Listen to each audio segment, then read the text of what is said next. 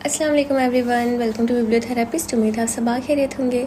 आपके लिए पेश खिदमत है सल्फाइट अस्करम नूर राजपूत एपिसोड 6। ऐसा नहीं हो सकता, हम अपनी मंजिल के इतना करीब आकर यूँ खाली हाथ नहीं रह सकते। वो जो कोई भी था शदीद गुस्से से चिल्ला रहा था। कमरे में पड़े कंप्यूटर सिस्टम और कैमरों को उसने उठा कर नीचे पटक दिया था। बॉस, जीनी ने पूरी कोशिश की थी, वो उसके साथ होटल पहुंचने वाला था। फिर अचानक, क्या अचानक, बॉस ने उस लड़की को मुंह से दबोचा था। मुझे वो लड़का हर हाल में चाहिए। एंड मौके पर उसे क्या मालूम हुआ था? उसे किसकी कॉल आई थी जब गाड़ी से उतर गया? बताओ मुझे, कौन है गद्दार? बॉस का गुस्से और सदमे से बुरा हाल हुआ पड़ा था। दफ़ा हो जाओ मेरी नज़रों के सामने से, जाओ। बॉस के चीखने पर लड़की घबरा कर कमरे से बाहर भागी थी। आरजे, वो एक बार फिर पूरी ताकत से चिल्लाया था। हेलो आरजे, तुम कहाँ हो? अभी तक हॉस्पिटल नहीं पहुँचे? मेरा इतना बड़ा एक्सीडेंट हुआ है, गाड़ी उलट गई थी। और मैं जैसे ही आरजे ने दोबारा फ़ोन उठाया था, मिक्की एक बार फिर से शुरू हो गया था। बकवास बंद करो मिक्की, और ये ड्रामा क्यों कर रहे हो तुम? उसका दिमाग पहले ही घूमा हुआ था और ऊपर से मिक्की का ड्रामा उसे समझ नहीं आ रहा था कि क्या हो रहा है। कौन सा ड्रामा? मिक्की संभल कर बोला था। तुम्हारा एक्सीडेंट हुआ है ना? हाँ हुआ तो है। हाय मेरी टांग बहुत दर्द हो रहा है, मिक्की करा रहा था। अच्छा? आरजे ने अच्छा पर जोर दिया। गाड़ी उलट गई और तुम उल्टी गाड़ी में उल्टे लटके मुझे फ़ोन पर आराम से बता रहे हो कि मेरा एक्सीडेंट हो गया है। वाह, आरजे को इतना स्टूपिड समझा है? उसने तनसिया कहा। नहीं वो मैं तो। मिक्की सटपटा गया था। उससे कोई बहाना नहीं बन रहा था। जल्दी मरो घर, मैं इंतज़ार कर रहा हूँ, आरजे ने कहते हुए फ़ोन बंद किया था। 5 मिनट बाद मिक्की ऊपर से नीचे आया था। आरजे ने उसे घूरी से नवाजा था। वो घर में बैठा एक्सीडेंट का नाटक कर रहा था। छोड़ा है जीनी को? मिक्की ने उसके सामने बैठते हुए खबासत से हंसते हुए पूछा था। मुंह बंद रखो अपना। आरजे ने सोफे से कुशन उठाकर मिक्की के मुंह पर मारा था। निशाना पक्का था, कुशन सीधा उसके मुंह पर लगा था। यार मेरी कोई गलती नहीं है। मुझे आशाम भाई ने कहा था कि एक्सीडेंट का नाटक करो ताकि तुम वापस आ जाओ, लेकिन मुझे हैरत हो रही है, तुम सच में कैसे आ गए? मिक्की को वाकई हैरत हो रही थी। वो अच्छी तरह से जानता था कि आरजे का दिमाग कितना तेज़ चलता है। वो एक सेकेंड से पहले उसका ड्रामा पकड़ लेगा, लेकिन फिर भी उसने कोशिश की थी। बस मेरी मर्जी, आरजे ने बेजारी से कहा था। वह हशाम भाई चाहते थे कि तुम जीने के साथ ना जाओ, मिक्की ने डरते डरते बताया था। उस हशाम की तो, और तुम मेरे दोस्त हो या उसके? आरजे ने दूसरा क्वेश्चन उठाकर मारा था उसे। यार मार क्यों रहे हो? मैंने बस हशाम भाई की बात मानी है पहली दफ़ा। मिक्की उछला था, जबकि आरजे ने कोई जवाब नहीं दिया था। वो अब 2 उंगलियों और एक अंगूठे की मदद से अपनी कनपट्टी को मसल रहा था। उसे पिछले कुछ दिनों में बार बार महसूस हुआ था कि कोई उस पर नज़र रखे हुए है। उसकी छठी हिस्स ने उसे कई बार चौकन्ना किया था, लेकिन आज तो हद ही हो गई थी। आखिर जीनी किसके कहने पर पाकिस्तान मुझसे मिलने आई थी, वो सोच रहा था। लेकिन मैं वापस क्यों गया? मैं वहाँ जाकर भी तो पता लगा सकता था ना। लेकिन शायद वो नहीं जानता था कि हशाम जबील की दुआ से कितने बड़े नुकसान से वापस बचा कर लाई थी। ना सिर्फ नुकसान बल्कि गुनाह से भी। तौबा तौबा, कैसे ज़माना आ गया है। आजकल तो बेटियों पर ज़रा भरोसा नहीं किया जा सकता। ज़ुबैदा आपा ने मुंह चिढ़ाकर पास बैठी आसिया बेगम से कहा था। क्या हुआ ज़ुबैदा आपा, खैर तो है? आसिया बेगम ने पूछा। अरे वो गली के कोने पर जो हाजी साहब है ना, उनकी बेटी की शादी थी कल। एंड बारात वाले दिन लड़की को पता चल गया कि लड़की का पहले कहीं और चक्कर था। हाजी साहब इंतज़ार करते रह गए, बारात ही नहीं आई। वैसे तो हाजी बने फिरते हैं और औलाद को लगाम नहीं डाली, पूरे मोहल्ले में बदनाम हो गए। ज़ुबैदा आपा ने हकारत से कहा था। वॉशिंग मशीन से कपड़े निकालती हानिम के हाथ कांपे थे। उसका नाजुक सा दिल डूब कर उभरा था। उसे कुछ याद आ गया था जिसने उसे डरा कर रख दिया था। बस आपा, अल्लाह सबकी बेटियों की हिफाजत करे, आमीन। आसिया बेगम ने सिदक दिल से दुआ की थी। मैं कहती हूँ कि खैर से अपनी बच्चियाँ भी शादी के लायक हो गई हैं, कोई देख कर इनका भी कर दो, इससे पहले कि कुछ गलत हो, ज़ुबैदा आपा ने राजदारी से कहा था। महम के कान जो उसी तरफ लगे हुए थे, ये बात सुनकर उसे सख्त गुस्सा आया था। वैसे ज़ुबैदा आपा, आपकी बेटियों की उम्र क्या है? महम ने अचानक बाहर आकर पूछा था। खानम ने उसका इरादा समझते हुए महम को घूरी से नवाजा था। लेकिन वो महम ही क्या जो बाज आ जाए। अरे मेरी बेटियां तो अभी बच्ची हैं, मासूम और नेक शरीफ। पूरे मोहल्ले में ढूंढने से भी ऐसी लड़कियां नहीं मिलेंगी। ज़ुबैदा आपा ने अपनी बेटियों की तारीफ में ज़मीन व आसमान के कलाबे मिला दिए थे। जी जी बिल्कुल, एक 28 साल की और दूसरी 30 साल की, अभी तो दूध पीती हैं वो, और नेक शरीफ इतनी है कि हर वक्त दूसरे लोगों के घरों में मौजूद रहती हैं, और लड़कों की एक लंबी लाइन आपके घर के बाहर लगी होती है। माहम ने ज़ुबैदा आपा के अंदाज में हाथ हिला हिला कर कहा था। ज़ुबैदा आपा की तो आंखें फटी की फटी रह गई थीं। तौबा तौबा, कितनी ज़बान चलती है इस लड़की की। देख लेना आसिया, ये तुम्हारी नाक कटवाएगी। ज़ुबैदा आपा ने चाय का कप गुस्से से छोटी सी मेज़ पर रखते हुए कहा था। हाँ हाँ, जाए जाए, मैं बदज़बान ही ठीक हूँ। माहम 2-4 और सुनाती अंदर जा चुकी थी। बस अब नहीं आती मैं तुम्हारे घर। ज़ुबैदा आपा नाराज़ हो गई थी। अरे आपा, ये नादान है, इसको मैं पूछती हूँ, आप बैठ जाए, नाराज़ ना हो। आसिया बेगम ने बौखला कर कहा था, जबकि हानम ने मुश्किल से अपनी मुस्कुराहट को जब्त किया था। ना बस, अल्लाह माफ़ करे, तुम्हारी बेटियों को तो मैंने अच्छा समझा था। देखा कैसे ज़बान चलाकर गई है ये माहम मेरे सामने। ज़ुबैदा आपा को यकीन नहीं आ रहा था कि माहम यूँ उनकी बेटियों के बारे में मुंह पर बातें मारेगी। बैठ जाए आपा, शादियाँ भी हो जाएंगी हमारी, लेकिन अपने वक्त पर। हानम ने मुस्कुराते हुए कहा था। 2 महीने गुजर गए थे। रोहान जबील नाम का भूत उसके दिमाग से हमेशा के लिए मिट चुका था। मार्च के आखिरी दिन थे। सर्दी की शिद्दत में काफ़ी हद तक कमी आ गई थी। उसके बाद माहम के फाइनल पेपर होने वाले थे। हानम ने अब अकेडमी जाना भी बंद कर दिया था। वो घर में ही तैयारी कर रही थी। वो अपना नंबर भी बंद कर चुकी थी, जिससे हफ्सा और उस इंसान की उसकी जान छूट गई थी जो उसे मैसेज करता था। एक बात पूछूं आसिया, अगर तुम बुरा न मानो तो? ज़ुबैदा आपा अब ना जाने क्या जानना चाहती थी। जी जी आपा, पूछिए।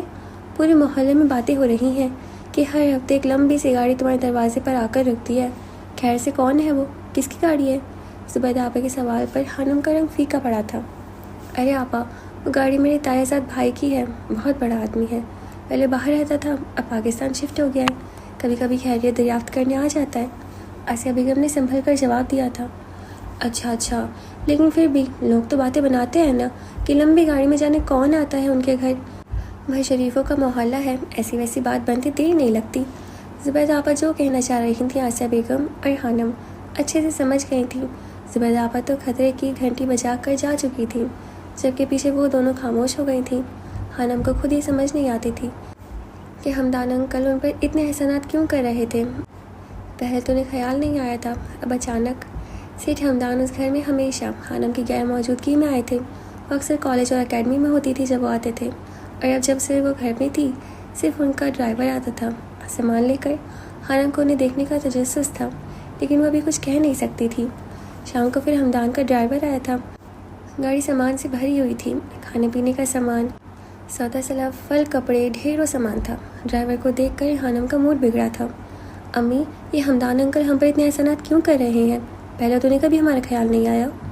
ये तो मैं खुद पूछना चाहती हूँ उनसे, लेकिन वो आए तब ना। आसिया बेगम भी बौखला सी गई थी। उन्हें मोहल्ले वालों की बातों से डर लगता था। सुनो भाई साहब, आसिया बेगम ने हमदान के ड्राइवर को मुखातिब किया था, जो गाड़ी से सामान निकाल कर घर में लाकर रख रहा था। जी बीबी जी, ड्राइवर ने अदब से जवाब दिया था। हमदान से कहना इन सब की ज़रूरत नहीं है, हम अपने घर में बहुत खुश हैं, और आइंदा इन सब तकल्लुफ़ात की ज़हमत ना करें। ठीक है बीबी जी, आपका पैगाम साहब तक पहुंचा दूंगा मैं। वो पिछले 1 महीने से पेरिस गए हैं अपनी बेटी से मिलने, लेकिन मुझे फ़ोन पर तलकीन करते हैं ना, मैं ये सब आपके घर वक्त पर पहुंचाता रहूं। ड्राइवर अपनी ड्यूटी पूरी कर रहा था। ठीक है, लेकिन इस बार फ़ोन आए तो उसे कहना कि जब वापस आए तो मुझसे मिले। आसिया बेगम ने उलझे हुए लहजे में कहा था। ड्राइवर सर झुकाकर वापस चला गया था। ज़ुबैदा आपा की बातों ने आसिया बेगम को परेशानी में डाल दिया था। आरजे ने कुछ दिनों के लिए अपने सोशल मीडिया पर जितने भी अकाउंट्स थे बंद कर दिए थे। वो कुछ दिन इस दुनिया से अलग रहना चाहता था, जहाँ लोग उसे जानने लगे थे, और जानने के साथ साथ उस पर नज़र भी रखी जा रही थी। यूनिवर्सिटी से फारिग होने पर वह शाम के पास चला गया था। मिकी उसके साथ था। वो दुनिया घूमना चाहते थे। आरजे ने मिकी को सख्ती से मना किया था कि वह सोशल मीडिया पर उसकी तस्वीर को शेयर ना करे। लोग हैरान थे कि आरजे कहाँ चला गया था। अलबत्ता अकाउंट्स बंद करने से पहले उसने अपने शायकीन के लिए पैगाम छोड़ा था कि वह जल्द वापस आएगा, और वाकई जल्द ही वापस आने वाला था। मिकी, आरजे और हशाम तीनों पेरिस के मशहूर रेस्टोरेंट में बैठे थे। वो वहाँ डिनर करने की गर्ज से गए थे। बहुत भूख लगी है हशाम भाई, मिकी ने अपने पेट पर हाथ रखते हुए कहा था। ऑर्डर कर तो दिया है, 5 मिनट इंतज़ार कर लो भूखे इंसान। जवाब आरजे की तरफ से आया था। मैं 1 मिनट में आया, हशाम ने मोबाइल की तरफ देखते हुए कहा था। कोई अहम कॉल थी। ये हशाम के साथ लड़के कौन है? माही ने पास बैठी एला से पूछा था। दोस्त होंगे, और कौन हो सकते हैं? एला ने खाना खाते हुए जवाब दिया। माही कब से अपने सामने बैठे हशाम को देख रही थी। आरजे की उसकी तरफ पुश्त थी, वो उसे नहीं देख पाई थी। अलबत्ता मिकी और हशाम उसे नज़र आ रहे थे। ये इत्तेफाक या उसी खुशनसीबी कि हशाम उसे आज नज़र आ गया था। माही ने उसे तंग करना छोड़ दिया था, लेकिन चाहना और देखना नहीं छोड़ा था। मेरे हम सफ़र तेरी बेरुखी दिल मुब्तला की शिकस्त है, इसे किस तरह मैं कहूँ, पता ये मेरी अना की शिकस्त है। तू चला गया मुझे छोड़कर, मैंने फिर भी तुझको सदियाँ दी, मेरे हम सफ़र तू रखा नहीं, ये मेरी सदा की शिकस्त है। तुझे ला के दिल में बैठा दिया, तुझे राज हर एक बता दिया, तूने फिर भी कोई वफ़ा न की, ये मेरी वफ़ा की शिकस्त है। मैं चिराग कौना मिजाज था, तुझे बिजलियों की तलब रही, मुझे आंधियों ने बुझा दिया, ये मेरी ज़िया की शिकस्त है। मुझे कोई तुझसे गिला नहीं, तू मिला था कब का बिछड़ गया, मेरे जुर्म की बस ये सज़ा है, मेरी सज़ा की शिकस्त है। मेरी खामोशी की बयां को तू समझ के भी ना समझ सका, मेरे आंसुओं का प्याम ही दिल में नवा की शिकस्त है। गम दास्तान हयात की सभी तज़किरे होए रहेगा, मेरे चारा कर तेरा ये हुनर, मेरे हर दुआ की शिकस्त है। मुझे खामोशी हयात में यूँ कभी ना कोई गिरा सका, तेरी खामोशी की पुकार ही मेरे इब्तिदा की शिकस्त है। दोस्त, हशाम को देखकर लगता तो नहीं कि उसके दोस्त ऐसे होंगे, ये तो शक्ल से ही लोफर लग रहा है। माही ने कहका लगाते मिकी को देखकर कहा था, यार छोड़ो ना, तुम्हें क्या प्रॉब्लम है, जो भी हो। एला ने उनकी तरफ देखते हुए कहा था, जब उसे अच्छू लगा, खानों से गले में अटक गया था। क्या हुआ एला, पानी पियो। माही ने उसे पानी का गिलास थमाया था। ओ माय गॉड, एला का मुँह हैरत से खुला रह गया था। उसकी नज़र मिकी और आरजे पर जमी थी। आरजे ने जैकेट के बाजुओं को फोल्ड किया हुआ था और नज़र आती बाजू पर अजीब सा टैटू बना था, जिसमें आरजे लिखा नज़र आ रहा था। क्या वो इंसान वाकई आरजे है? एला एकदम उछली थी। क्या हुआ एला, कहाँ जा रही हो तुम? माही ने उसे उठते देखकर पूछा था, जबकि एला बिना जवाब दिए आरजे की तरफ बढ़ गई थी। Excuse me. आरजे के पास जाकर उसने उसे मुखातिब किया था। आवाज़ पर आरजे ने पलट कर देखा था और एला ने मुंह पर हाथ रख कर अपनी चीख को रोका था। वो वाकई आरजे था। क्या मैं कोई ख्वाब देख रही हूँ? वह हैरान सी देख रही थी, जबकि आरजे की आंखों में उलझन उभरी। क्या आप सच में मेरे सामने हैं? एला आरजे की बहुत बड़ी मदद थी। क्या आप आरजे हैं? वो पुरजोश से पूछ रही थी। नहीं तो, आरजे की आंखों में शरारत उभरी। आप आरजे हैं ना? आपका टैटू ये मैंने देखा है, आपके पिक्चर्स में गिटार के साथ आपने अक्सर इस हाथ में पकड़ा होता है। एला ने शायद उसे कुछ ज़्यादा ही फुर्सत से देखा हुआ था। वो मुस्कुरा दिया था। Autograph please. एला ने अपने हाथ आगे बढ़ाया था। मैं ऑटोग्राफ नहीं देता, आरजे ने इनकार किया था। वो सीरियसली? एला को हैरानी हुई। लोग तो अपनी मदाहों को देख कर शौकी हो जाते हैं। एक वो था जिसे फ़र्क नहीं पड़ता था, वो सुकून से बैठा था। शायद उसे ये चीज़ें मुतासिर नहीं करती थी, ये शायद वो अपनी अहमियत को अच्छे से जानता था। सेल्फी तो ले सकते हैं ना एक? एला ने उम्मीद से पूछा था और आरजे ने इस बात में सर हिला दिया। आरजे के साथ पिक्चर बनाने और कुछ बातें करने के बाद वो माही के पास वापस आई थी, जो उसे खा जाने वाली नज़रों से घूर रही थी। वापस आने का दिल तो नहीं कर रहा था। मुझे यकीन नहीं आ रहा, मैं आरजे से मिली हूँ। एला की खुशी देखने लायक थी। तुम्हारे होते हुए कोई हमें देखता भी नहीं। एला के जाने के बाद मिक्की ने मुंह बनाया था। वेटर उनकी मेज़ पर खाना लगा रहा था। यह हशाम कहाँ रह गया? आरजे पर बढ़ाया था, जबकि मिक्की अब मोबाइल पर किसी का नंबर मिला रहा था जो बन जा रहा था। अफसोस रहेगा सारी उम्र, ज़िंदगी में सिर्फ एक ऐसी लड़की आई है जिसे मिक्की हासिल नहीं कर सका, जो मिक्की से बचकर निकल गई। मिक्की ने हसरत से मोबाइल की स्क्रीन पर चमकते नंबर को तकते हुए कहा था, तुम मिक्की थे ना, इसलिए। आरजे होता तो जाने ना देता, बल्कि वो खुद नहीं जाती। वो दोनों खबासत की तमाम हदें पार करते हुए कहका लगा कर हंसे थे। दूर बैठी एला सताइशी से उस हैंडसम से लड़के को देख रही थी जिस पर उसे हाल ही में क्रश हुआ था, लेकिन शायद वो नहीं जानती थी कि जो इंसान बाहर से खूबसूरत नजर आता है, ज़रूरी नहीं उसका अंदर भी उतना ही खूबसूरत हो। आरजे की नज़र हशाम पर पड़ी थी, जो उनकी तरफ बढ़ रहा था। उसे देखकर वो दोनों सीधा होकर बैठ गए थे। हशाम को ऐसी बातें नहीं पसंद थी, इसलिए ख़ास तौर पर मिक्की तो डरता था उससे और उसके सामने इस तरह की बातें करने से गुरेज करता था। तकरीबन आधे घंटे बाद वो लोग उस रेस्टोरेंट से बाहर निकले थे। वहीं एक भी पल ऐसा नहीं था जब उसने अपनी नज़रों को हशाम के चेहरे से हटाया हो। उसे जी भरकर देखने का मौका मिला था और उसने इस मौके से खूब फ़ायदा उठाया था। वो लोग जा चुके हैं माही, अब हमें भी चलना चाहिए। उनके जाने के बाद एला ने माही को झंझोड़ा था। हाँ ठीक है, चलो। माही किसी ट्रांस के ज़ेरे असर थी। वो दोनों भी दरवाजे की तरफ बढ़ गई थी। एला आगे चल रही थी, जबकि माही उसके पीछे थी। एला दरवाजे से बाहर निकल चुकी थी। जैसे ही माही ने दरवाजे से बाहर कदम बढ़ाए, एक ज़ोरदार वज़नी चीज़ उसके सर से टकराई थी। माही को अपना दिमाग घूमता हुआ महसूस हुआ था। दर्द की शिद्दत ने उसे कराहने पर मजबूर किया था। वो नीचे बैठती चली गई थी। आंखों के आगे अंधेरा छा गया था। नीचे गिरने से पहले उसने थोड़ी सी आंखें खोली थी और अपने सामने एक ऊंचे लंबे लड़के को खड़ा पाया था, जो हैरानगी से उसकी तरफ देख रहा था। उसके बाद माही का जहन तारीकियों में डूब गया था। हानम आज सुबह से ही दुआएं मांग रही थी। उसके बीएससी का रिजल्ट आने वाला था। आज तो आप ही का अमालनामा खुलने वाला है, अल्लाह खैर करे। जवाद उसे परेशान देखकर मज़ीद परेशान कर रहा था। दुआ करो मेरे लिए। हानम का दिल धक धक कर रहा था। नहीं करूँगा। आप कौन सा मुझे आरजे का शो देखने देती हैं? जवाद ने मुंह बनाया। अच्छा दुआ करो ना, अगर मेरे मार्क्स अच्छे आए तो ज़रूर देखने दूंगी। हानम ने जैसे मिन्नत की। पक्का प्रॉमिस? वो टलने वाला नहीं था। प्रॉमिस नहीं करते जवाद। ठीक है फिर, एक दो किताबों में हानि आप ही पक्का अड़ेंगी। वो एकदम नजूमी बन गया था। मुंह बंद करो अपना। हानम को गुस्सा आया था। तो फिर वादा करें कि आरजे का शो हमारे साथ देखा करेंगी आप, और अगर नहीं देखा ना तो हमें देखने देंगी। जवाद ने एक हाथ में रिमोट पकड़ा था जबकि दूसरा हाथ उसके सामने फैलाया। आरजे गया पहाड़ में, तुमने मुझे बददुआ दी। एक थर्ड क्लास सिंगर के लिए मुझे बददुआ दी। हानम का सदमे से बुरा हाल था। थर्ड क्लास नहीं है वो, आज एक ब्रांड है। हानम ने हैरत से अपने सामने खड़े 13-14 साल जवाद को देखा था। उसे यकीन नहीं आ रहा था कि वो आरजे को इतना पसंद करता था। अब इस घर में या तो आरजे रहेगा या हानि। हानम अपना गुस्सा जब्त करती कमरे से बाहर निकल गई थी। ओह हानू आपी, आप कितनी बेवकूफ़ हैं। आरजे को कोई नहीं निकाल सकता। आप इस मौसम में कहाँ जाएंगी? जवाद हानम की बेवकूफ़ी पर सर पीट कर रह गया था।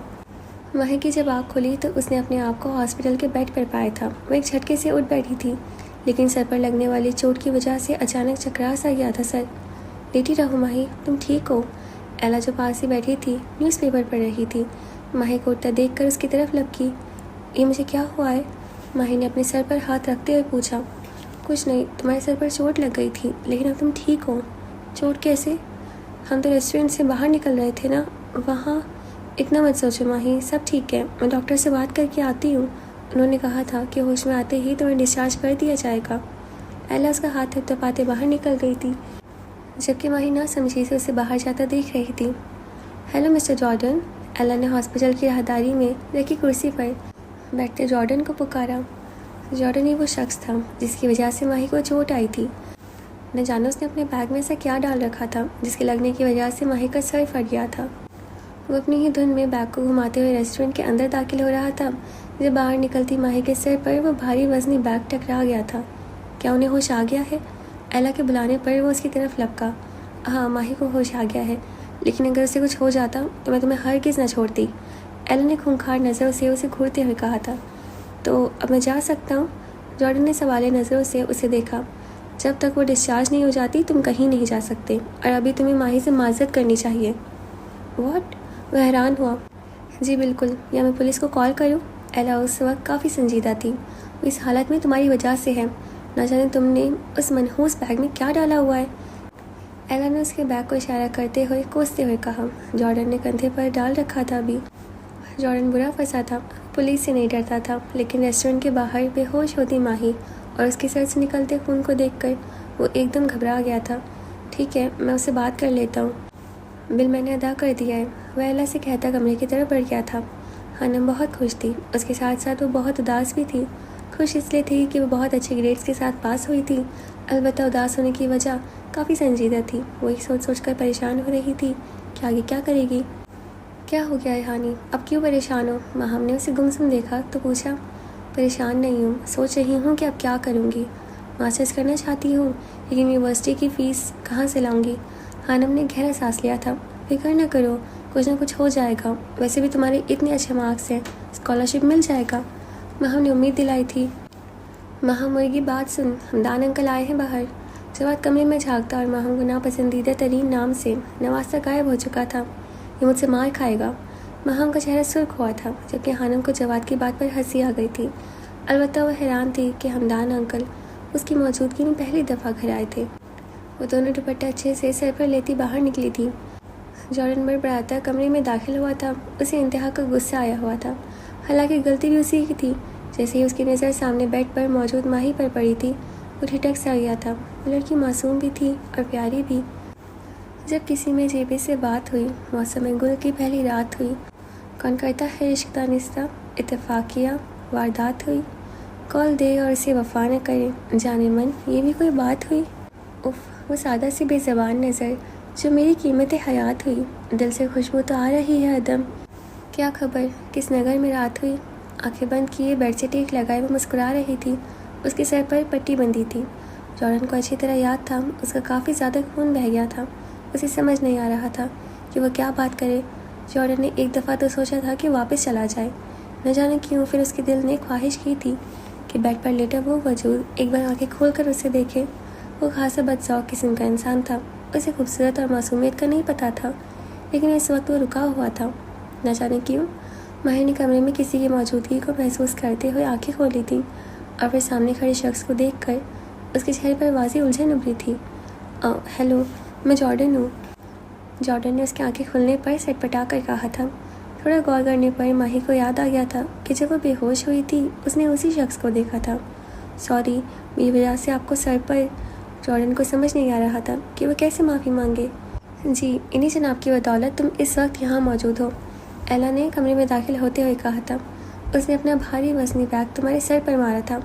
एला की बात पर माही ने हैरानगी से जॉर्डन के कंधे पर लटके बैग को देखा था, जबकि जॉर्डन का दिल कर रहा था कि अब वो उसी बैग से एला का सर फाड़ दे, लेकिन उसे देर हो रही थी। उसे जल्दी अपनी मतलूबा जगह पर पहुंचना था। इट्स ओके मिस्टर जॉर्डन, हो जाता है, माही ने नरमी से कहा था, जबकि वो दोनों हैरान हुए थे। तो जॉर्डन को अंदाज़ा नहीं था कि उसे वो माफ़ कर देगी। अगर ना भी करती तो वो उसका कुछ बिगाड़ नहीं सकती थी, लेकिन वो सच में हैरान हुआ था। माही के चेहरे पर शफीक सी मुस्कुराहट थी। कमरे में डॉक्टर दाखिल हुआ था। वह माही का चेकअप कर रहा था। एला गुस्से से बड़बड़ा रही थी। जॉर्डन को जब अपना आप वहाँ इजाफी लगा तो वो खामोशी से वहाँ से निकल आया था। वो तेज़ तेज़ कदम उठाता बाहर की जाने बढ़ रहा था। उसे अच्छे से याद था कि इस वक्त एंथनी उसका इंतज़ार कर रहा होगा। माशाल्लाह, तुम्हारी बेटी बहुत प्यारी है आसी, हमदान ने अपने सामने मेज़ पर चाय रखती हानम को देख कर कहा था। इतनी ज़बरदस्त कामयाबी पर बहुत बहुत मुबारक हो बेटा। उन्होंने हानम के सर पर हाथ रखा था। हानम को एकदम शफ़क़त का एहसास हुआ था। मैं भी माहीन से मिलकर आया हूँ, अभी कुछ दिन पहले। बिज़नेस टूर था, माज़रत करता हूँ इतने दिनों से खैरियत पूछने नहीं आया। वो चाय का कप उठाते हुए कह रहा था। हानम को हैरत हुई थी कि इतना बड़ा आदमी कैसे आम लोगों की तरह उनके घर में मौजूद था और तो और ऊपर से माज़रत कर रहा था। ग्रे रंग की पैंट पर सफ़ेद शर्ट और ग्रे ही कोट पहने वो शख्स इंतहा की शानदार शख्सियत का मालिक लग रहा था। उम्र 50 के करीब थी, लेकिन वो 40-45 से ज़्यादा का नहीं लगता था। कैसी आपकी बेटी? छोटी होगी ना वो तो, क्योंकि मेरी शादी के बाद आपकी शादी हुई थी ना। आसिया बेगम अब 20-22 पहले की तरह उसे तुम बुला रही थी। वह अब काफ़ी रौबदार शख्सियत का मालिक बन गया था। उनकी बात सुनकर एक पल के लिए सेठ हमदान के चेहरे का रंग फीका पड़ा था। हाँ, वो ठीक है, वो हंस दिए थे, टूटी फूटी सी हंसी। वो ना करता जुर्म की सज़ा आज तक भुगत रहे थे। अंकल, आपकी बेटी पेरिस में पढ़ती है? महम ने इश्तियाक से पूछा था। जी, हमदान साहब ने जवाब दिया था। फिर तो बहुत प्यारी होगी। महम बड़बड़ाई थी। उसे माहिन हमदान को देखने का तजस्सुस हो रहा था। वो तो अभी बहुत छोटी होगी ना, आपने अकेले इतनी दूर भेज दिया। बिलाखिर आसिया बेगम ने वो सवाल पूछ ही लिया था जिससे हमदान साहब बचना चाह रहे थे। जी नहीं, माशाल्लाह 30 साल की होने वाली मेरी बेटी, हमदान साहब ने मरी मरी सी आवाज़ में जवाब दिया था, जिसे सुनकर आसिया बेगम का मुँह हैरत से खुल गया था। टाइगर बॉक्सिंग क्लब तमाशबीनों से भरा पड़ा था। जॉर्डन जॉर्डन, हर तरफ से जॉर्डन के नारे लग रहे थे। सुनो जॉर्डन, तुमने हारना है इस बार। अगर तुम जूनी से हार गए तो हम बहुत सा पैसा कमा सकते हैं। एंथनी उसके पास खड़ा उसके कानों में जैसे मंतर फूंक रहा था। सुन रहे हो ना तुम? एंथनी ने उसे मुतवज्जो ना पाकर दोबारा कहा। सुन रहा हूँ। जॉर्डन की आंखें सुर्ख अंगारा हो रही थी। रिलैक्स रहो, बस तुमने हारना है। वो उसे हुक्म देता एक साइड पर चला गया था और अब जॉर्डन हट्टे कट्टे जूनी के सामने खड़ा था। जैसे ही सीटी की आवाज़ गूंजी, जूनी उसकी तरफ लपका था। वह बुरी तरह एक दूसरे पर वार कर रहे थे। जॉर्डन सुर्ख जबकि जूनी पीले रंग की वर्दी में मलबूस था। जॉर्डन ने एक ज़ोरदार घूंसा जूनी के मुंह पर मारा था। जूनी पीछे की जानिब लड़खड़ाया। हर तरफ से जॉर्डन की सदाएं गूंज रही थी। वहाँ उसके चाहने शायकीन की बहुत बड़ी तादाद मौजूद थी। एंथनी ने जॉर्डन को इशारा किया था और जॉर्डन ने खुद को ढीला छोड़ दिया था। अब जूनी से बुरी तरह पीट रहा था, जबकि जॉर्डन सिर्फ मारने का तकल्लुफ़ कर रहा था। जॉर्डन पर पैसे लगाने वाले लोग एकदम बुझ से गए थे। जूनी ने एक ज़ोरदार मुक्का जॉर्डन के मुंह पर मारा था। जॉर्डन के मुंह से खून निकल आया था। जैसे ही जॉर्डन की नज़र अपने खून पर पड़ी, उसकी आंखों में रेस्टोरेंट के बाहर नीचे गिरती माही का सरापा घूम गया, जिसके सर से खून बह रहा था। जॉर्डन का दिमाग एकदम घुमा था। वो किसी खूंखार जानवर की तरह जूनी की तरफ बढ़ा था। Jordan, no no Jordan. Anthony Jordan के बदले हुए तेवर देखकर आहिस्ता से बड़बड़ाया था, क्योंकि वो जानता था अब जूनी की खैर नहीं थी। वो हारने के साथ साथ अपनी हड्डियां भी तुड़वाने वाला था। एंथनी सर पीट कर रह गया था। ये मोबाइल किसके लिए है? हानम बिल्कुल नया और महंगा वाला स्मार्टफोन देखकर हैरान रह गई थी, जो पैक था, और हमदान का ड्राइवर बहुत सा सामान दे कर गया था, जिसमें वो मोबाइल भी था। ये तुम्हारा गिफ्ट है, तुम्हारे अच्छे ग्रेड्स का, महम ने बताया था, जबकि हानम तो हैरत ज़दा सी उस पैक मोबाइल को देख रही थी, जिसकी उसे बहुत ज़रूरत थी, लेकिन उसे समझ नहीं आ रहा था कि वो उसे रखना चाहिए था या नहीं। आसी ने मुझे अपने घर आने से मना कर दिया है माही बेटा। उसने कहा है कि गरीब लोगों के पास इज्जत के अलावा कुछ नहीं होता, और मेरा उनके घर आना जाना उसके मोहल्ले वालों को नहीं पसंद। वो दिलरास्ता से कह रहे थे। वो कौन होते हैं नापसंद करने वाले? आपकी कज़न का घर है, जब चाहे जा सकते हैं। माही को हकीकतन गुस्सा आया था। वो अपने बाप के हालात और वाक़यात से अच्छे से वाकिफ़ थी। वो कह रही थी कि एक बेवा जिसकी 2 जवान बेटियां हों, उसके घर मेरे यूँ आने जाने से उसकी मुश्किलात में मज़ीद इजाफा होगा। तो बाबा, आप उन्हें अपने घर ले आए। वो नहीं आएगी, कैसे लेकर आऊँ? वो शिकस्त दिल के साथ पूछ रहे थे। बाबा, आप उनसे ऐसा रिश्ता बनाएं जिससे दुनिया का मुंह बंद हो जाए और लोग आपके और उनके खिलाफ कोई बात ना कर सकें। माही की बात पर सेठ हमदान बुरी तरह जागे थे। ओके बाबा, मुझे कुछ काम है, मैं कुछ देर बाद कॉल करती हूँ आपको। माही फ़ोन बंद कर चुकी थी, मगर वो सेठ हमदान साहब को यही सोच में डाल गई थी। अम्मा, ये महंगा मोबाइल है, मैं कैसे रख सकती हूँ? वासिया बेगम के पास खड़ी थी। खुद ही तो कह रही थी कि तुम्हें बहुत ज़रूरत पड़ती है। हाँ, ज़रूरत है, लेकिन उन्हें किसने बताया? हनम को अच्छा नहीं लग रहा था। वह एक खुददार लड़की थी। पहले ही हमदान साहब उनके लिए बहुत कुछ कर रहे थे, और अब ऊपर से ये वो लश्कर रह गई थी। मैंने तो नहीं बताया, उन्होंने अपनी मर्ज़ी से भेजा है। नहीं रखना तो ठीक है, वापस कर देंगे। आसिया बेगम ने साफ बात की। अम्मी अंकल को बुरा लगेगा, उन्होंने इतने प्यार से तोहफ़ा दिया है। और हानि, तुम्हें अच्छी तरह से पता है कि तहफ़ वापस करना अच्छी बात नहीं है। महम ने समझदारी की बात की थी। वैसे अगर तुमने नहीं रखना तो मुझे दे दो, महम ने शरारत से कहा था, जबकि हानम उसे घूरती अंदर चली गई थी। अंकल, इतना महंगा गिफ्ट देने की क्या ज़रूरत थी? वह हमदान साहब का नंबर मिलाए अब उनसे बात कर रही थी। क्यों बेटा, पसंद नहीं आया आपको? उन्होंने परेशानी से पूछा। नहीं अंकल, ऐसी बात नहीं है, लेकिन क्या बेटा, कल को आप यूनिवर्सिटी जाएंगी, आपको बहुत ज़रूरत पड़ने वाली है। यूनिवर्सिटी का नाम सुनकर हानम के दिल में हसरत उभरी थी। अब वो क्या कहती कि वो लोग इतना कुछ अफोर्ड नहीं कर सकते थे। अंकल, पता नहीं यूनिवर्सिटी जाना भी है या नहीं, और अगर किस्मत लेकर गई तब ले लेती ना। क्यों, किस्मत की बात क्यों? क्या आप मज़ीद तालीम जारी नहीं रखना चाहती? वो बहुत शाइस्तगी से पूछ रहे थे। ऐसी बात नहीं है अंकल। हानम से कोई जवाब नहीं बन रहा था, उसे शर्मिंदगी से महसूस हो रही थी। अच्छा, आप ऐसा करें कि जिस यूनिवर्सिटी में दिल चाहे अप्लाई कर दें, बाकी मैं खुद देख लूँगा। हमदान साहब की बात ने उसे सुन कर दिया था। लेकिन अंकल, वो कुछ कहना चाहती थी। जानता हूँ कि आप बहुत खुददार बच्ची हैं, मैं कोई एहसान नहीं कर रहा। ये कर्ज होगा, जब आप इस काबिल हो जाएं उतार देना। हानम की आंखों में नमी सी फैली। शायद उसकी दुआएं सुन ली गई थीं। उसे समझ नहीं आ रहा था कि क्या जवाब दे। अचानक ही जैसे बहुत मजबूत सहारा अल्लाह ने उनके लिए बना दिया था। वो मज़ीद कुछ बातें करने के बाद फ़ोन बंद कर चुकी थी। उसकी खुशी की इंतहा नहीं रही थी। हानम को लग रहा था जैसे उसके ख्वाब उसके बहुत करीब है। वो हाथ बढ़ाएगी और उनकी ताबीर पा लेगी, लेकिन शायद वही भूल गई थी कि ख्वाबों की ताबीर कभी कभी उल्टी भी निकल आती है। ये ख्वाब इंसान को कामयाबी की बुलंदियों पर ले जाने की बजाय ऐसे अंधेरों में फेंक देते हैं जहाँ इंसान सारी उम्र तड़पता और सिसकता रहता है, लेकिन इन अंधेरों से नहीं निकल सकता। और तारीख गवाह है, औरत को ख्वाब देखने की हर ज़माने में एक बहुत भारी कीमत चुकानी पड़ी है। मैं दुआ कर रही हूँ महरू कि मेरा पंजाब यूनिवर्सिटी में दाखिला हो जाए, ताकि मैं अंकल पर ज़्यादा बोझ ना बनूँ। महरू उससे मिलने घर आई थी। दोनों ने एक साथ MSc के लिए 3-4 यूनिवर्सिटी में अप्लाई किया था।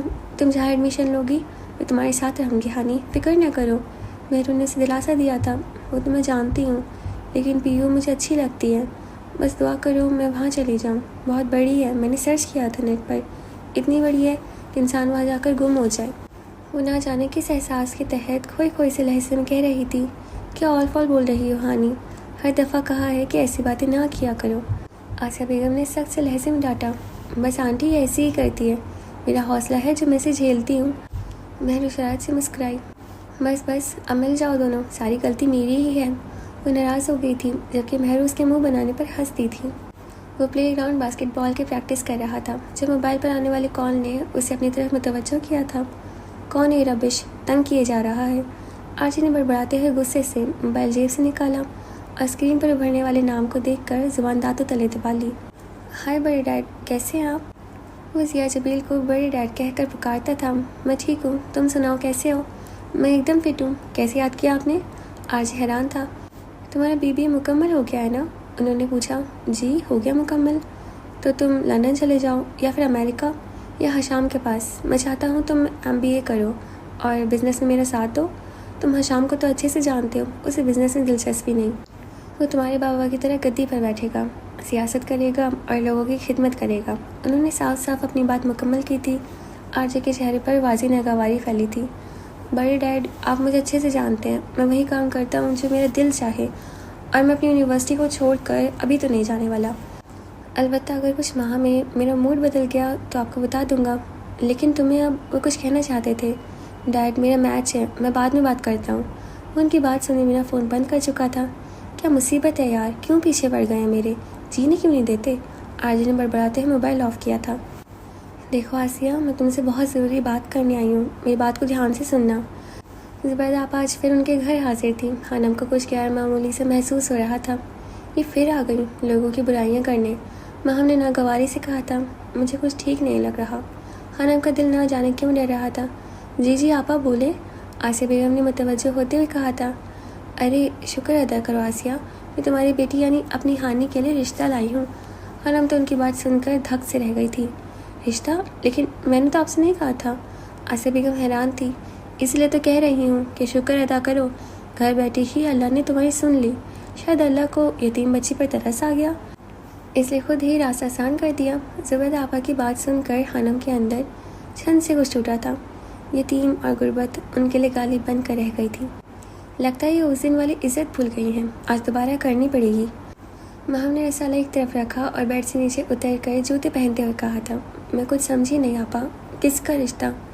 तारिक को जानती हो ना, ये जो दूसरी गली में रहता है, उसका रिश्ता लाई हूँ। उसके घर वाले दिलो जान से कबूल करने को तैयार हैं अपनी बच्ची को। कैसी बातें कर रही हो आप। वो तारिक मोहल्ले का सबसे बदनाम लड़का है, आप उसके लिए मेरी हानि का रिश्ता।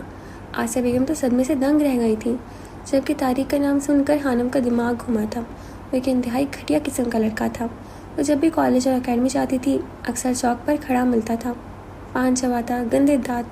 हानम को उसे देखकर घिन आती थी। वो उसे देखकर मुंह छुपा लेती थी। अरे क्या हो गया, देखा भला लड़का है, और वैसे भी कौन लेता है आजकल गरीब और यतीम की बेटी का रिश्ता। वो तो भला हो उस तारीख का जो उसने खुद रिश्ते की बात की है। कितने पैसे दिए उस लफंगे ने आपको जो आप यहाँ उसका रिश्ता लेने आ गई। शक्ल देखी है उसने अपनी। मेरा बस चले ना, जूती मारो उसके मुँह पर। महम ज़ुबैदा आपा के सामने आकर एकदम फट पड़ी थी। ज़बान संभाल कर बात करो लड़की, अपनी औकात देखी है। तुम लोगों ने घर आई रहमत को ठुकरा रहे हो। ज़ुबैदा आपा तो भड़क उठी थी। हम लोग अपनी औकात अच्छे से जानते हैं। औकात तो आप दिखाने आई हैं, अपनी 4 पैसे लेकर, दीन ईमान बेचकर एक घटिया लड़की को नेक और शरीफ बना रही हैं।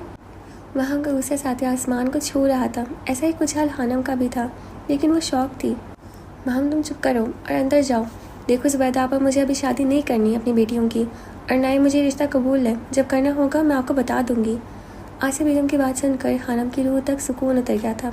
अरे शादी ना सही, मंगनी तो कर लो, सहारा होगा। एक वैसे भी अकेली लड़कियों का यूँ बाहर आना जाना अच्छा नहीं होता। उन्होंने हानम के कॉलेज और शाम का अकेडमी जाने पर ताना मारा था। आप उठें और निकलें अब भी हमारे घर से, हमें कोई मंगनी शंगनी नहीं करनी। महम ने आगे बढ़कर बाहर का दरवाज़ा खोला था। ज़ुबैदा आपा का मुंह उस इज्जत अफजाई पर गुस्से से सुर्ख हो गया था। अच्छा नहीं किया तुमने आसिया, बहुत बुरा किया, वो आसिया बेगम से कह रही थी। अपने घर जाकर सोचेगा क्या अच्छा और क्या बुरा, बस हमारे घर से जाएं। महम के कहने पर वो उन सब को और ख़ास तौर पर हानम को जब भी कमरे से बाहर निकली थी घूरती जा चुकी थी। पता नहीं कैसे कैसे लोग हैं, मुँह उठाकर आ जाते हैं। दरवाज़ा बंद करके महम बड़बड़ाती वापस कमरे में चली गई थी, जबकि हानम ने आसिया बेगम को गहरी सोच में डूबा देखकर एक ठंडी आ भरी थी। या अल्लाह पाक रहम कर हम पर अपना, वो नम आँखों से दुआ कर रही थी। ओके जी, तो आज के लिए बस इतना ही, और आपको कैसा लगा मुझे ज़रूर बताइएगा। वैसे मैं सच कहूँ तो लास्ट वाला पार्ट बहुत अच्छा था। माँ बहुत अच्छी है, सबसे अच्छी माँ है इन सब में। और आपको क्या लगता है हमदान अब क्या करेगा? उनका केस कुछ समझ नहीं आया, मतलब वो आंटी को पसंद करते थे, यानी कि आसिया बेगम को। कहीं वो उनसे शादी करने की बात तो नहीं करेंगे? पता नहीं, खैर देखेंगे आगे क्या होने वाला है।